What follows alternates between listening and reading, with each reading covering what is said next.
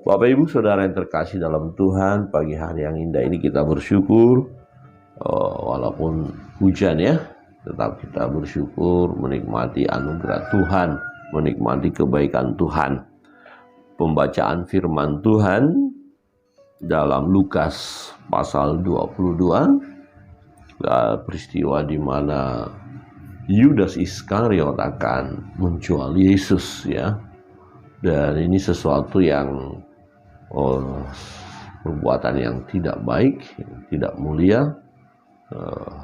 Tetapi kita lihat nanti bahwa memang ada iblis yang masuk kepada Yudas Iskariot. Jadi kalau boleh kita buat temanya adalah waspada, jangan izinkan iblis masuk dalam hidup kita. Kita buka firman Tuhan. Bapak Ibu bisa buka Alkitabnya, dan yang ada HP silakan dibuka HP-nya. Lukas pasal 22 ayat 3 kita akan baca bersama-sama sampai dengan ayat 6 ya. Lukas pasal yang ke-22 ayat 3. 1, 2, 3. Maka masuklah iblis ke dalam Yudas yang bernama Iskariot, seorang dari ke-12 murid itu. Lalu pergilah Yudas kepada imam-imam kepala dan kepala pengawal bait Allah dan berunding dengan mereka bagaimana ia dapat menyerahkan Yesus kepada mereka. Mereka sangat gembira dan bermufakat untuk memberikan sejumlah uang kepadanya. Ia menyetujuinya, dan mulai dari waktu itu ia mencari kesempatan yang terbaik untuk menyerahkan Yesus kepada mereka tanpa setahu orang banyak. Demikian jauh pembacaan firman Tuhan. Bapak Ibu Saudara yang terkasih dalam Tuhan, dalam perjalanan kehidupan Yudas kalau kita lihat ya, dia adalah salah seorang murid Tuhan. Dia bersama-sama dengan Yesus ya, dia ikut mendengarkan pengajaran-pengajaran Yesus, melihat mujizat-mujizat daripada Yesus, tahu persis siapa Yesus, tetapi dia dipakai oleh iblis untuk menjual Yesus ya, untuk menjual Yesus. Jadi dia dipengaruhi oleh kuasa kegelapan. Jelas di ayat 3 berkata, maka masuklah iblis ke dalam Yudas yang bernama Iskariot, seorang dari ke-12 muridnya. Menjadi pertanyaan bagi kita begini, mengapa iblis sampai masuk kepada Yudas Iskariot? Ya, bukankah Yudas Iskariot bersama dengan Tuhan? Bukankah dia adalah murid Tuhan? Ya, betul, dia murid Tuhan. Tetapi mesti ada celah yang terbuka atau ada pintu di mana iblis akhirnya masuk. Jika kehidupan Yudas Iskariot sungguh-sungguh benar di hadapan Tuhan, bersih di hadapan Tuhan, dia serius mengikut Tuhan, dia percaya benar-benar kepada Tuhan, dia tidak akan mungkin ya dimasuki oleh iblis. Nah, salah satu strategi iblis ketika dia masuk kepada diri seseorang itu karena ada celah. Ada pintu masuk, ya ada ya ruang-ruang di mana dia bisa masuk. Jadi kebenaran ini kita yakini bahwa memang kalau kita berjaga-jaga, kita bersiap siaga, iblis ketika mau masuk kita tolak, dia tidak akan masuk. Tetapi ketika kita lengah, memang kita buka juga kesempatan untuk dia, ya dia masuk. Nah, ada apa dengan Yudas Iskariot? Nah, perhatikan ketika kita melihat dia mau menjual Yesus, berarti masalah keuangan juga ini. Ya, jadi rupanya Yudas Iskariot ini ya dia lebih terikat dengan uang. Nah, saudara bisa bayangkan demi uang bisa menjual Yesus. Ya, mengkhianati Yesus. Ya, menolak Yesus. Tidak lagi mengikuti Yesus. Hanya karena uang. Memang pernah waktu seorang perempuan ya yang meminyaki kaki Yesus dengan minyak yang mahal, dan dia berkata, untuk apa pemborosan itu? Ya, sepertinya dia memperhatikan sesuatu yang baik, padahal sebenarnya tidak. Jadi ya, uang menguasai dia. Dan ternyata di situ iblis masuk. Oh ya, kamu supaya kau dapat uang, oke lah, lakukan ini. Nah, di dalam perjalanan hidup kita, Bapak Ibu Saudara terkasih dalam Tuhan, lihat apa yang menjadi kelemahan kita, waspadalah. Di situ iblis bisa masuk dan mulai mau menguasai kita, mulai mengendalikan kita. Ada orang-orang yang menyebut dirinya sebagai pengikut Tuhan, orang Kristen, tapi sebenarnya dalam perjalanan hidupnya hari lepas hari, iblislah yang mengendalikannya.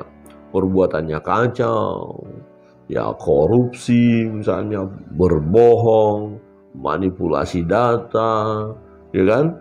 Oh, misalnya ya kalau berdagang itu timbangannya tidak jujur, ya jualan tidak jujur, ya membohongi orang. Nah, siapa yang mengerjakan sebenarnya di balik itu semua?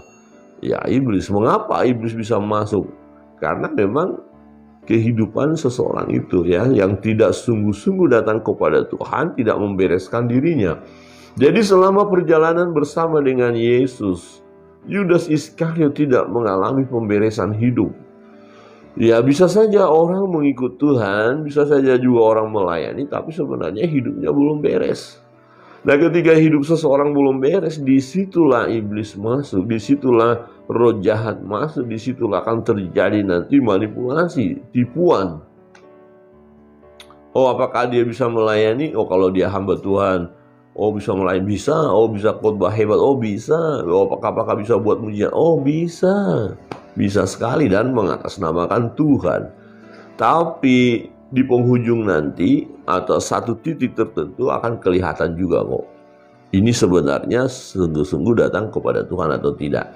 Nah, Yudas Iskariot akhirnya ya iblis masuk dan kemudian dia mulai bersekongkol hendak menangkap Yesus ya. Ayat 4, lalu pergilah Yudas kepada imam-imam kepala dan kepala pengawal bait Allah dan berunding dengan mereka. Wah, ini kan keterlaluan ya. Wah, seseorang pergi berunding dengan orang lain hanya untuk menangkap gurunya. Hanya untuk ya menganiaya atau membunuh gurunya. Ini sesuatu perbuatan yang sangat tidak baik ya. Dan memang ini dicela oleh Yesus. Tuhan Yesus berkata memang harus demikian anak manusia. Tapi celakalah orang yang menyerahkannya. Celakalah. Oh, jadi Tuhan sangat tidak suka dengan orang-orang yang mengkhianat. Orang-orang yang tidak berani bertanggung jawab atau tidak berani untuk mempertahankan iman. Orang-orang yang hanya dipengaruhi keinginan-keinginan daging. Ini tidak layak. Maka Tuhan katakan ya celaka dia yang olehnya anak manusia diserahkan. Nah, memang Yudas Iskariot pergi kepada kepala-kepala bait pengawal bait Allah dan imam-imam, kemudian berunding membicarakan apa kira-kira yang mereka rundingkan. Ya negosiasi harga lah.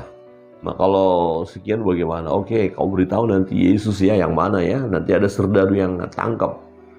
Dan kalau nanti sudah ada, nanti uang akan dikasih kepada kamu. Jadi semua dinilai dengan uang. Ini bahaya, hati-hati ya. Dan kita tahu ya Yudas akhirnya benar-benar ya menyerahkan Yesus kepada mereka. Ayat 5, mereka sangat gembira dan bermufakat untuk memberikan sejumlah uang kepadanya. Ia menyetujuinya. Oke, yang penting ada duit. Oke, serahkan Yesus. Wah, ini dahsyat sekali ya. Dia diam-diam. Tadi katakan bahwa tidak ada orang tahu ya. Ia menyetujuinya dan mulai dari waktu itu ia mencari kesempatan. Jadi dia juga berusaha memang untuk mencari kesempatan, dikatakan kapan waktu yang tepat ini. Jadi dia amati, dia perhatikan, dia cari peluang hingga pada waktu yang tepat nanti di Taman Getsemani ketika Yesus baru selesai berdoa. Ya pasukan datang, serdadu datang, kemudian Yudas mencium Yesus. Karena dia sudah beritahukan tadi kepada para serdadu, yang aku cium itulah orangnya. Waduh, ini luar biasa ya. mencium seseorang hanya untuk mencelakakan dia ini mengerikan sekali. Ya, berpura-pura sekali ya. Waduh, guru dia perlu dicium. Padahal di belakang sana sudah diinfo, nanti lihat yang saya cium itulah orang. Jadi nggak salah tangkap. Jadi apakah orang salah menangkap tentang Yesus? Enggak salah tangkap. Benar-benar Yesuslah yang ditangkap itu, Yesuslah yang dianiaya itu, Yesuslah yang disalibkan itu ya. Dan peran Yudas di situ kita lihat memberitahukan kepada para serdadu supaya para serdadu tidak salah menangkap. Nah, sangat menyedihkan adalah Yudas menghampiri Yesus dengan ciuman, tetapi ciuman itu adalah ciuman pengkhianatan, ciuman mematikan. Hati-hati. Ya, kelihatan dia baik, kelihatannya wah guru ya begitu ya. Nah, hati-hati dengan kalimat-kalimat yang sepertinya menyanjung, sepertinya wah luar biasa, ada kasih, padahal di balik itu enggak. Ya. Dan kemudian kita tahu bahwa akhirnya mereka menangkap Yesus. Tetapi sebelum peristiwa itu Yesus pun sudah memperingatkan mereka. Waktu di meja perjamuan itu akan ada di antara kalian murid-murid yang mulai bertanya, siapa ya? Ya, tapi Yesus katakan, dia yang makan bersama dengan aku saat ini. Saudara yang terkasih dalam Tuhan, memang sebelum masuk kepada penganiayaan, nah, Yesus membawa murid-murid untuk berdoa supaya mereka jangan jatuh dalam pencobaan. Ya, kita bisa mengerti bagaimana perasaan Yesus. Ya, di antara murid-muridnya ada yang menyerahkan dia, dan ada juga murid nanti akan menyangkal dia. Ya, dan itu sebabnya Yesus membawa mereka ke taman itu untuk berdoa supaya mereka tidak jatuh dalam pencobaan. Dan Yesus pun berdoa bergumul untuk menerima kenyataan itu. Dia berdoa kepada Bapa, jika sekiranya mungkin cawan ini berlalu. Artinya memang beban itu luar biasa, penderitaan itu luar biasa, pergumulan itu luar biasa.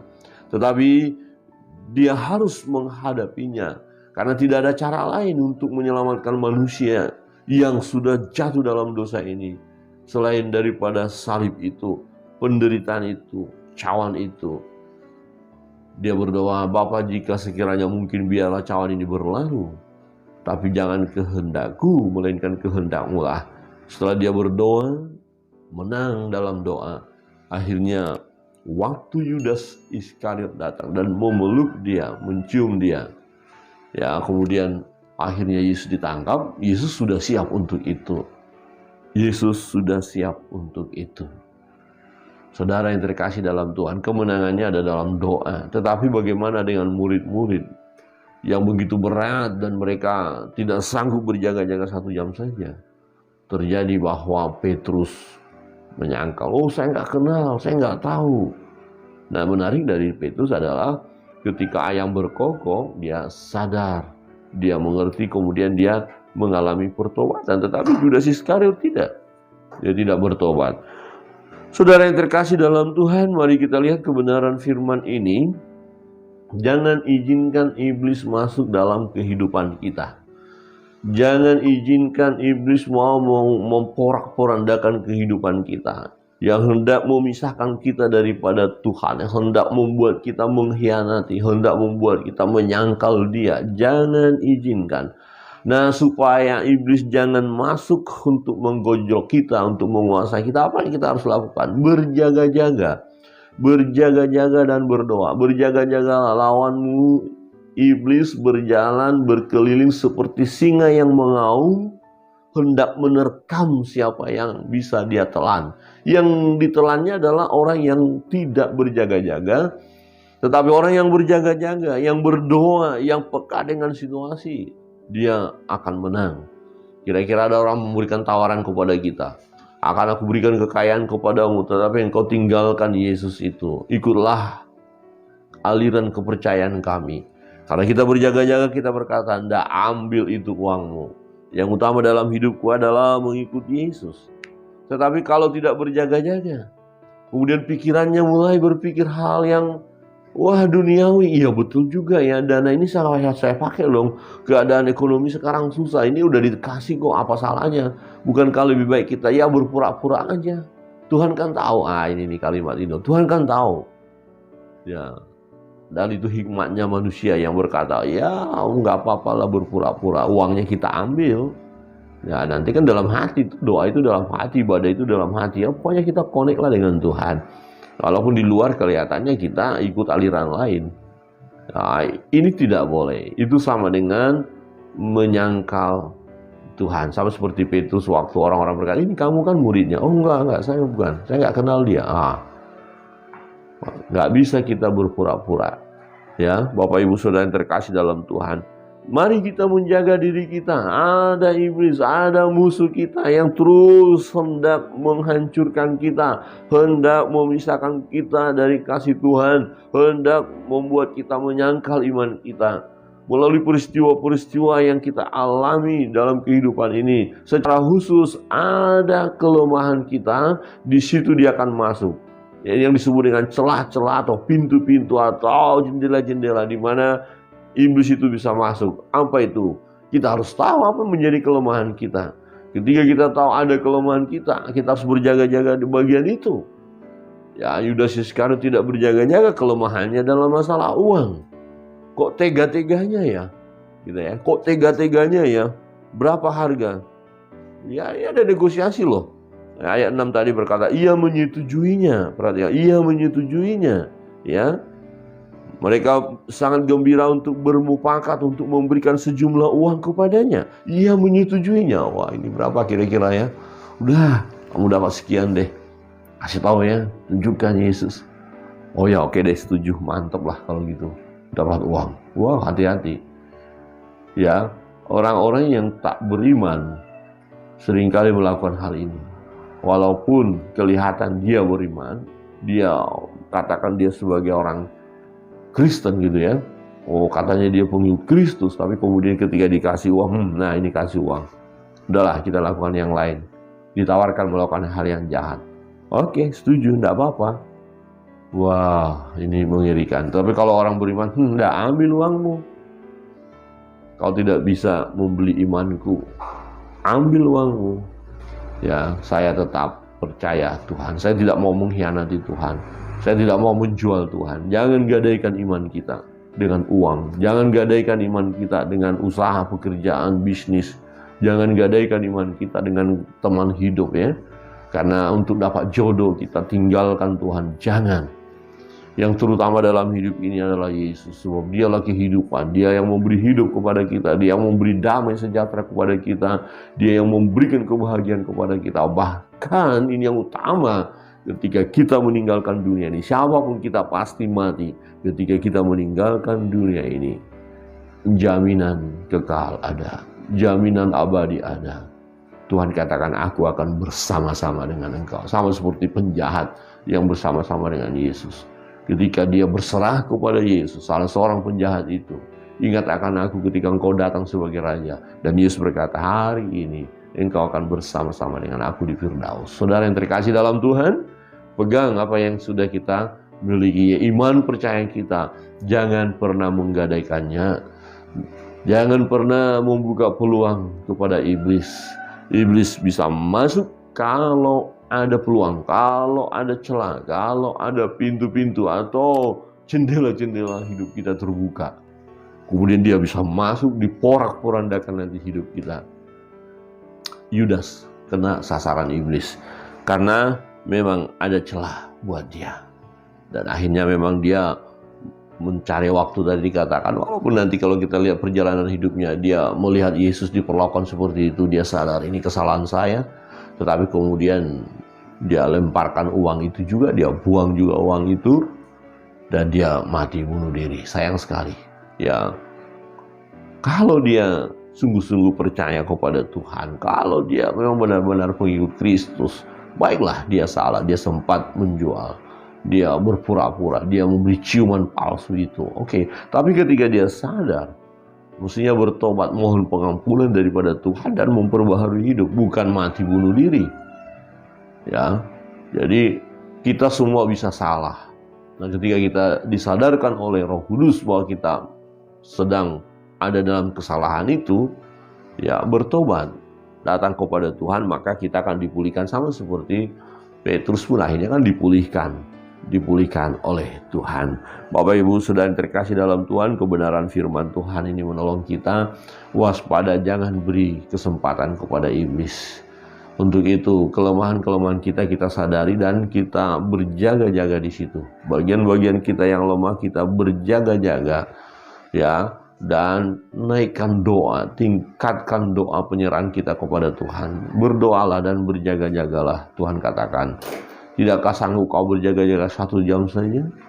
Ya, supaya kamu jangan jatuh dalam pencobaan. Jadi berdoa, kita terus mau menyerahkan hidup kepada Tuhan supaya kita mengalami kemenangan daripada serangan-serangan kuasa kegelapan, serangan-serangan iblis. Jangan sampai kita beri kesempatan kepada iblis. Kiranya kebenaran firman Tuhan menolong kita. Mari terus bersemangat melayani Tuhan, ikut Yesus, ya, sampai garis akhir. Percaya Yesus, bahwa menjadi pengikut Kristus adalah harga mati. Amin. Tuhan Yesus memberkati kita sekalian.